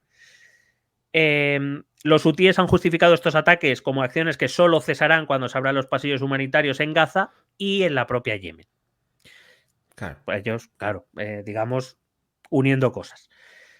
¿Podrán mantener este esfuerzo de atacar a barcos y de paralizar el comercio internacional siendo una fuerza paramilitar?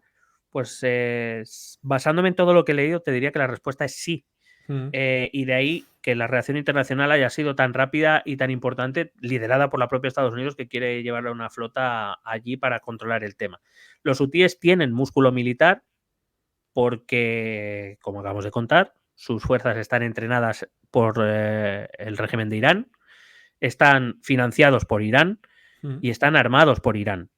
Y además tienen la experiencia de combate, porque llevan en una guerra civil desde hace 9 años, suficiente como para tener una organización eficaz. Es decir, no son unos pamplinas. Llevan 9 años haciendo una guerra, repito, una guerra que además no es solo contra los suníes de Yemen, es también contra la coalición de Arabia Saudí, Emiratos Árabes, etc. Tanto es así que la reacción, como te he dicho, internacional, pues ha sido de la magnitud que está siendo. Y por eso de lo que se está hablando en Occidente en estos momentos es de esa operación Prosperity Guardian, Guardián de la Prosperidad, liderada por Estados Unidos, una operación militar que Estados Unidos anunció bombo y platillo, de la que participaría más de 20 países, de los que de momento solo se han unido 8. Varios han dicho que, bueno, de aquella manera, y otros, como España, por ejemplo, han dicho que de ninguna manera. Pues no tenemos cosas que hacer aquí. El objetivo de esta operación, la Prosperity Guardian, es brindar protección a los buques mercantes de los ataques de los hutíes. Como te he dicho, algunos países solo han dicho que participarán, pero con inteligencia, con oficiales y con inteligencia, no van a mandar barcos, por ejemplo. Muy pocos van a desplegar fuerzas militares. Parece ser que de momento solo Estados Unidos y Canadá. Grecia parece que se va a unir. Alemania parece que va a mandar una fragata. No sabemos muy bien. Francia ha dicho, por ejemplo, que apoyará en lo que haga falta, pero que solo va a mandar un barco y que ese barco quedará bajo mando francés, porque la idea es que en esta operación Prosperity Guardian, lo voy a decir todas las veces. Joder, ojalá, todo el rato. Es que todas las fuerzas internacionales queden bajo mando estadounidense. Está jodido, Francia ha dicho que su barco, desde luego, no va a quedar bajo mando estadounidense, sino que va a quedar bajo mando francés. Italia también ha anunciado el envío de una fragata, pero ha dicho que va exclusivamente para proteger a los barcos italianos de bandera italiana y que no se va a unir al mando norteamericano, que si les pilla bien y eso, pues que ahí están, pero que Alemania se lo está pensando, tiene que, por cierto, ahora primeros de enero me parece tiene el Reichstag, creo que sí que aprobará el envío, no sé si de una fragata o de 2 fragatas como mucho. Bueno, España ya ha dicho que no va a desplegarse en operaciones militares, ni siquiera en las ya existentes, que no va a aumentar su presencia en la zona. Hay que recordar que la Unión Europea ya tiene una misión allí, la Operación Atalanta, que además actualmente está siendo dirigida por España, que se creó en 2008, no sé si te acuerdas tú de aquella época, porque al otro lado de ese estrecho está Somalia. Y era la época de los piratas somalíes, ¿no te acuerdas? Que secuestraban barcos y demás. Entonces, muchos países, desde entonces muchos países tienen operaciones en vigor allí, bases militares allí en la zona precisamente para proteger el comercio internacional. Repito, entre ellas China o Japón, por ejemplo, que también tienen bases allí. Bueno, España ha dicho que no iba a hacer nada más, que con eso es suficiente. Y bueno, pues a gente que le ha sentado mal, a gente que le parece muy bien, que cada uno opine lo que le dé la gana. Pero en cualquier caso, sí que es verdad que Estados Unidos, que anunció a bombo y platillo esta operación y que supuestamente le iban a seguir muchísimos países y no le están siguiendo tantos, porque por eso, por ejemplo, Noruega, Países Bajos han dicho que sí, pero que no van a mandar fragatas, es decir, enviaron oficiales de inteligencia y otro tipo de ayuda, pero que no van a mandar.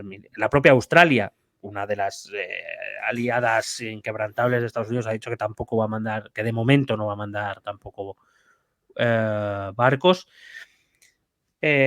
Claro, mucha gente se pregunta que por qué tanta reticencia, o por ejemplo, por qué España no participa de esta misión. Yo, pues de todo lo que he podido leer, he podido deducir o sacar 3 motivos, principalmente, y con esto ya voy acabando, si te parece bien. Vale. La primera es la reticencia de sobre todo de las fuerzas europeas, a ponerse bajo mando estadounidense. Y creo que esto es importante, sobre todo teniendo en cuenta que los países occidentales ya tienen operaciones activas allí, como decía, por ejemplo, la Unión Europea tiene la operación Atalanta, pero que hay varias misiones allí, no es solo esta. Ya hay varias operaciones activas en la zona que podrían ser usadas o podrían ser reforzadas, pero, digamos, en este caso hay muchos países europeos, sobre todo, que no les apetece mucho ponerse bajo mando estadounidense. Aparte porque, entre otras cosas, para eso ya tendrían la OTAN, podrían hacer algún otro tipo de acción. Segundo, la posibilidad de que Estados Unidos quiera o vaya a acabar atacando territorio yemení. Y esto es una posibilidad que no podemos descartar, entre otras cosas porque proteger a un barco con la tecnología actualmente, por ejemplo, del ejército estadounidense, es relativamente fácil. Los barcos llevan detectores de misiles y llevan escudos y protecciones para destruirlos en el aire. O sea, eso es relativamente sencillo. La cuestión está en si Estados Unidos va a querer quedarse en eso o va a querer atacar las bases de los hutíes o los arsenales de los hutíes en territorio yemení. porque eso implicaría, digamos, escalar un conflicto o abrir la posibilidad de un conflicto internacional más gordo de los que hay en la zona. Repito que además de la guerra de Yemen, aparte de también en la zona africana, la zona de Somalia y de Djibouti, de por ahí también hay movidas. Hay que decir que la presencia occidental allí, o la presencia militar occidental, o incluso china o japonesa, lo que puede hacer es que las cosas se pongan todavía más tensas. Si Estados Unidos decidiese atacar posiciones hutíes en territorio yemení, estaríamos hablando de que un país está atacando en territorio de otro país. Ya. Y claro, las consecuencias de eso, vamos a ver, ni siquiera sabemos si podría desembocar a lo mejor incluso en un conflicto terrestre donde las fuerzas estadounidenses tengan que pisar territorio yemení para poder acabar con la amenaza. Además de que las consecuencias son imprevisibles, repito, en una zona que es un polvorín. Por ejemplo, ¿cómo reaccionaría Irán a eso? Pues no lo sabemos.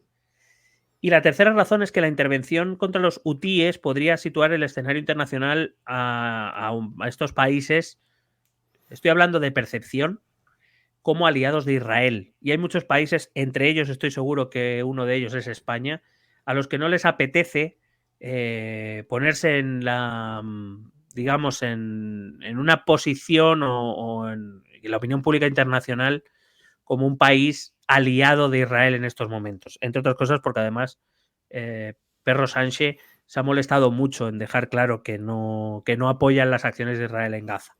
Sí.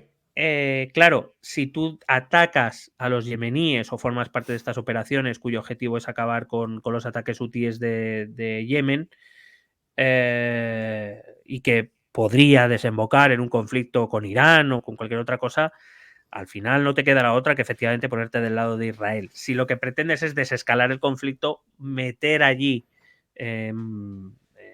barcos militares, buques militares, Sí, por lo que sea, no sabemos si podría desembocar en algo peor.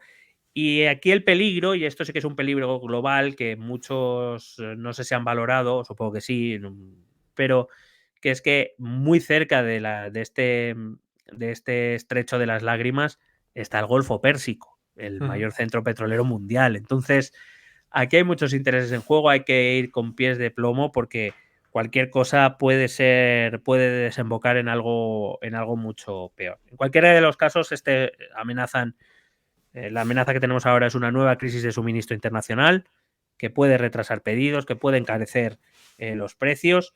Veremos cómo se desencalla este problema, veremos si esta Prosperity Guardian puede solucionar algo, veremos. Pero desde luego es un tema complejo del que nos afecta más de lo que creemos, Pues sí. y que, bueno, intentaremos seguir por lo que nos pueda tocar, claro. Vale, te iba a hacer una last question about the Prosperity Guardian.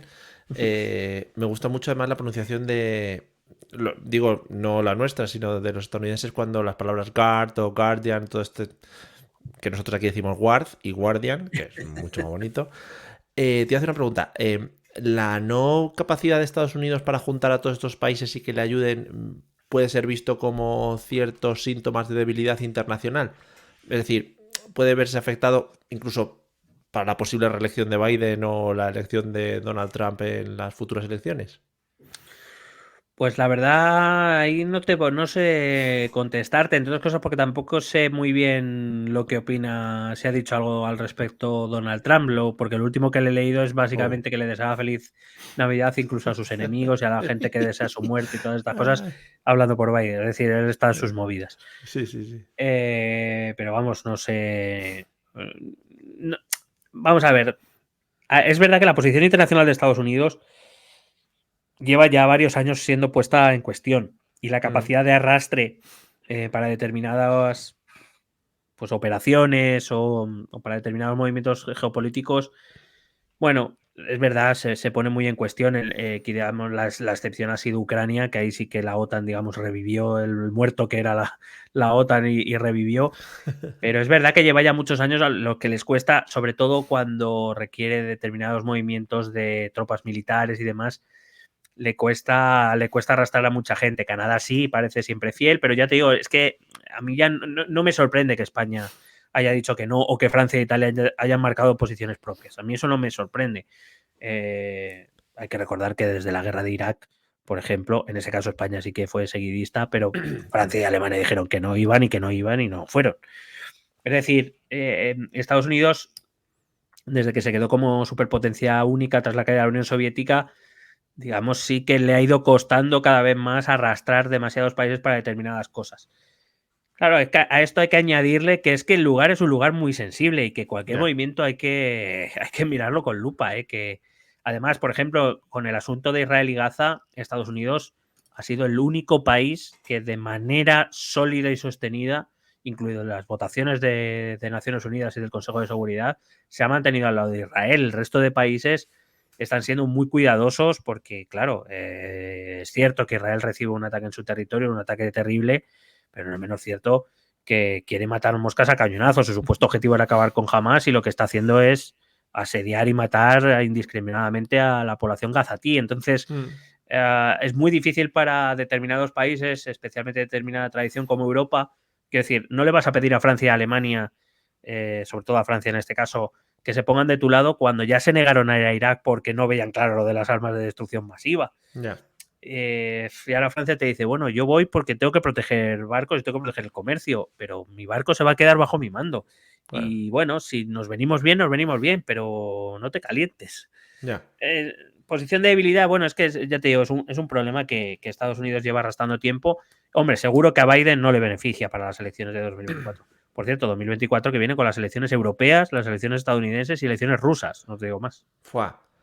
Bueno, eso es otra cosa que tendremos que hablar. Habrá que hacer nuestro especial episodio de qué nos depara el 2024. Es un dardo que yo lanzo aquí al aire para ver si lo recoges. Y nada, pues seguiremos un poco al tanto de lo que pasa en el Mar Rojo, al igual que seguiremos al tanto de noticias que pasen por esa zona, porque siempre está el ambiente muy candongo. Y amigos, yo desde aquí, si vuestro paquete de AliExpress se retrasa 2 días, relajemos un poquito la raja, porque no pasa nada. Hay gente que igual lo está pasando peor, por lo que sea. O sea que es que es época muy mala, Mario. Es época muy mala. Aguantemos un poquito. Bueno, pues nada, vamos a escuchar nuestro método de contacto y vamos con nuestro Showtime, que es lo bonito y lo precioso de este podcast. Escucha nuestros métodos de contacto. Puedes escribirnos un correo electrónico a la dirección estotambiénespolitica@gmail.com. Si lo prefieres, puedes buscarnos por Facebook o Twitter a través del nombre ETE Política. Nos encontrarás en YouTube, donde colgamos las grabaciones de todos los episodios. Y si necesitas un contacto más cercano, únete a nuestro canal de Telegram. Busca el enlace en nuestras redes sociales. Toda esta información y mucha más la puedes completar a través de nuestra página web www.estotambiénespolitica.com. Porque tú también formas parte de Esto también es política.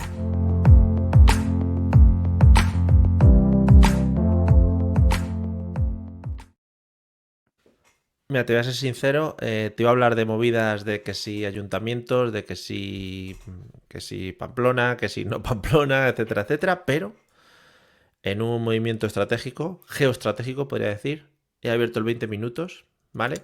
Y que hace mucho que no hago referencia a ello, voy a quitar esto, para los que lo estén viendo en YouTube se ve un poco raro, y creo que tenemos que abrir un melón, siendo las épocas que son, un melón. La noticia del 20 minutos dice así: la OCU lo tiene claro, 2 puntos.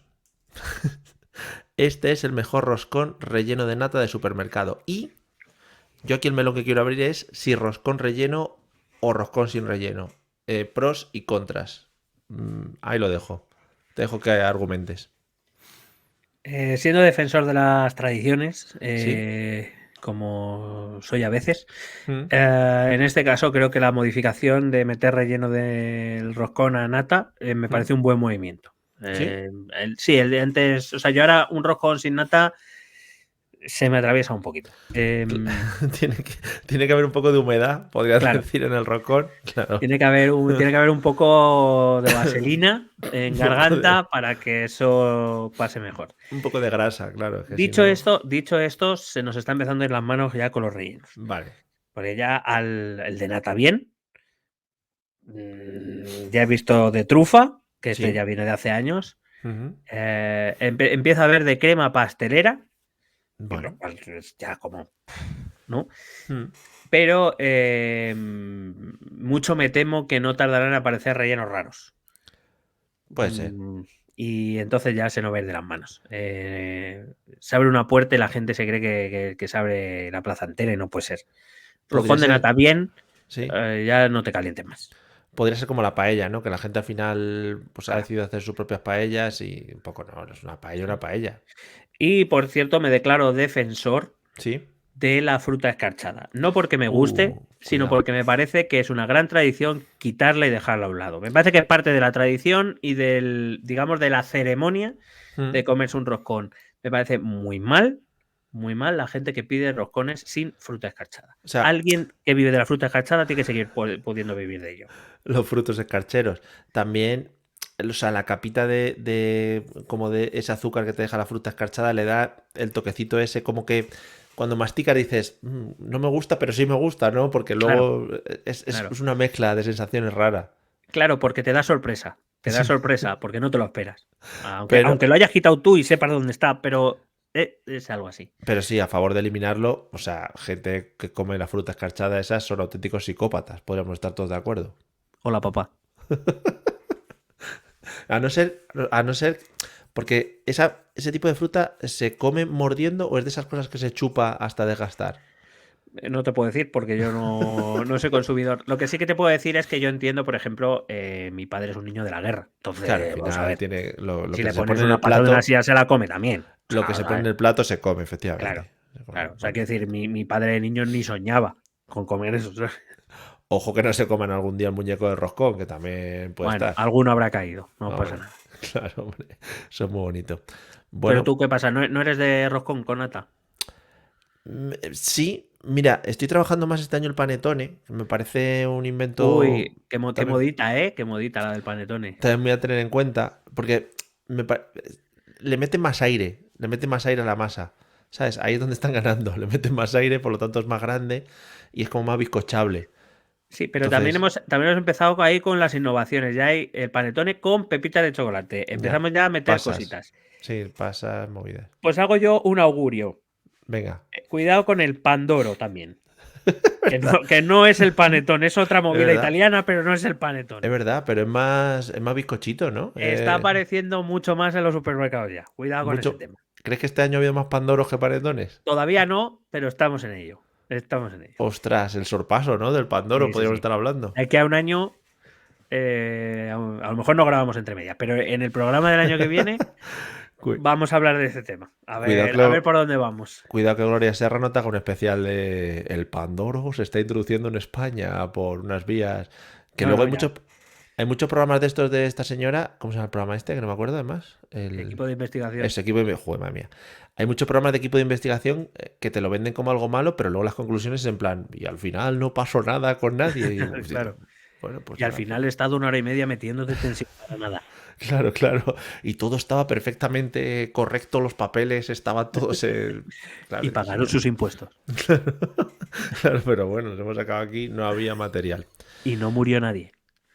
Bueno, pues nada, ahí dejamos la opinión. Creo que es importante hablar de esto Mm. para que más que nada. ¿Tienes algún favorito? ¿Algún roscón favorito? Pero no, o sea, yo me quedo también en plan original o con nata. O sea, no me gusta que No, me me cambie. refiero a algún súper o de alguna Ah, no, no, panadería. no, no. Voy a abrir el de la AUCU porque ya te digo que solo he leído el este. A ver Por cuál favor. dicen. Y Eh, no vaya a ser el del Aldi. claro, dice que ha realizado análisis a 13 roscones rellenos de nata, ¿vale? También te digo. En 13 supermercados para determinar cuál es el mejor. Y el mejor es el del Lidl. Ahí lo tienes. Vamos, Lidl. Tope ahí con el Lidl. El Lidl. Pues estoy muy descontento con el líder Pues últimamente. yo soy pro Lidl, ¿eh? Yo me estoy haciendo más pro Aldi. Fíjate. ¿Sí? Sí, Cuidado, sí. giro, ¿eh? Sí, sí, sí. Yo no me esperaba decir esto en antena. Conversaciones de señores, ¿eh? Ahora mismo. No, pues el otro A ver, día... yo sigo siendo muy fiel a Mercadona, es decir, en Sí, líneas generales. Pero Aldi me está abriendo te está abriendo nuevas un puertas. barco, sí, un abanico de emociones. Me está abriendo, Sí. sí. Pero en el Aldi puedes acceder, por ejemplo, a pantalones de chándal, como puedes hacerlo en el Lidl. Cuidado, No, análisis de eso, ¿eh? no, Cuidado. no que yo recuerde o vamos, muy, muy escasamente, pero Y no. al lado del chándal tienes destructores de papeles de esos. Es que el Sí, Lidl te lo da todo. sí. Es Y que lo tienes sartenes, todo. nunca faltan. Claro, claro. Y Y airfryers, juguetes. últimamente estamos por encima de nuestras Sí, posibilidades con los airfryers, ¿eh? Sí, mucho air fryer, sí. Bueno, Mm. ahí te quedas, Pues con tu Aldi. comprar los que hayan, porque como estéis esperando a los que vengan por el Mar Rojo, estamos jodidos, ¿eh? Sí, por lo que sea los envíos de roscones que vienen de por aquella zona, está chunga la cosa. Mm. Bueno, pues nada, nos tenemos que quedar con el producto nacional. ¿Qué vamos a hacer? Bueno, amigos, No. lo que sea, ¿no? O yo que sé. De traernos Ortega al rollo. no vamos a hablar, ¿no? Ojo, Ojo, El botellas. Ojo, Está Sí, feo, es ¿no? que... Tirar las botellazos ahí Sí, y amenazar ahí. pero porque no, bueno, ¿sabes? No venía a cuento. Le he visto en un vídeo también en Buenos Aires, dándose golpes en el pecho casi. Yo creo, ¿tú crees que Ortega Smith es un hombre que vive como demasiado intensamente en general? Sí, e incluso en una burbuja completamente distinta donde vivimos el resto de humanos, puede Bueno, ser. probablemente. Vale. Desde que brinda como hablar del Lezo, pues Hombre, vale. O como los eso tercios. precioso, eso precioso. Claro, coño. Eso. ¿Tú te imaginas un poco las cenas de Navidad de la familia Ortega Smith? Hombre, yo me las imagino, sí. Me las Pero imagino, ¿tú sí. crees que son de esas familias que llegan en traje a casa y se quedan con el traje, por ejemplo, por la noche viendo la tele? Muy Y cómodos. se acuestan con el traje. Y van con Se el acuestan. traje ahí. Se acuestan con el traje con una K-47, a lo mejor. Bueno, con un K-47 no, que es ruso, ¿sabes? Claro, Comunista, son muy pero vamos. comunistas. Con un pistolo, con una machine gun de esas. Con un. Lo llaman Con un así, trabuco, ¿qué coño? el pistolo. Dice, Claro. Ortega ha sacado a relucir el pistolo, aquí lo tengo. Y te puede hacer la broma, te Claro, hace la típica broma del pistolo, tal, no sé qué, bueno, en claro. fin. Sí. Bueno, bien metido el tema, ¿eh? Me parece que es un tema muy navideño. Hombre, joder. Claro que sí. Y oye, ¿quién no nos dice que en unos años no estemos en los parlamentos y en los congresos y todo eso, como pasa en China, en India, en Tailandia, que al final todo se resuelve a galletas, ¿sabes? Es que al final aquí Pues mira, si es que al final. De todas maneras, es que, bueno, como diría Pablo Motos, es que ya no se puede hacer broma es de que, nada. Por es cierto, que no es- voy aprovechando y le pido perdón a los primos de Ortega Smith, por yo que sé, porque se habrán Claro, sentido ofendidos por lo que he cuidado, dicho del cuidado. pistolo o algo. Son los de Desocupa. Que, pues, pues que, pues que eso, que es que ya no se te puede tirar una botellita de hambre. No, hombre. Sí. También Pero es sí verdad que fue con el somos muy aire. delicaditos ya, ¿eh? Hizo así con los papeles y el aire de tanta fuerza que tiene Y que de está amazado, gimnasio. coño. Claro. A ver, Que- no es que- su que culpa. no controla su fuerza, hombre. Es Claro, que de joder. verdad. De verdad, estos progres que les sopla ya y no. Madre mía, te quieren echar. Bueno, pues nada. Y que le piden dimitir encima. Yo es que, vamos, De verdad. se nos va de Con la lo mano. con lo gusto que se está ahí diciendo tonterías, que vamos. Es que no me jodas. Bueno, amiguis, para nosotros va a ser una despedida triste porque no vamos a estar escuchando la música por debajo como pasa en otras ocasiones. Vosotros sí, vais a poder disfrutar de esa maravillosa música y de esos fade out que hacemos. Y nada, como siempre nos despedimos hasta en principio diciendo una cuñadez hasta el año que viene, pero nada, que si nos escucháis antes del cierre del año, que queda poco, que tengáis buena salida de año y buena entrada, que me parece una frase estupenda y maravillosa. Siempre ahí se puede mejorar, que es que tengas buena entrada, que tengas buena salida y mejor entrada. Qué buena, qué buena, qué buena. Qué Eso, buena. hombre. Y que además este año, como ya estáis viendo en todos los memes, pues es un año perfecto y cuadriculado porque empieza el lunes, día 1, todo estupendo. O sea, todo para los que tienen TOCs y todas esas cosas, estupendo. Los calendarios cuadran. Madre mía. Es año bisiesto, ¿no? O sea que ahí ya Correcto. se nos ha descuadrado Año un poco el asunto. bisiesto, con Juegos Olímpicos, bueno. Puah, madre mía. Fernando Alonso, la 33. Madre mía, ya verás la que vamos a liar. Bueno, pues nada, desde aquí nos despedimos. Iremos contando cositas de aquí en adelante y nada, pues como siempre, que disfrutéis y nos vemos muy pronto. Ale, hasta luego. Besete.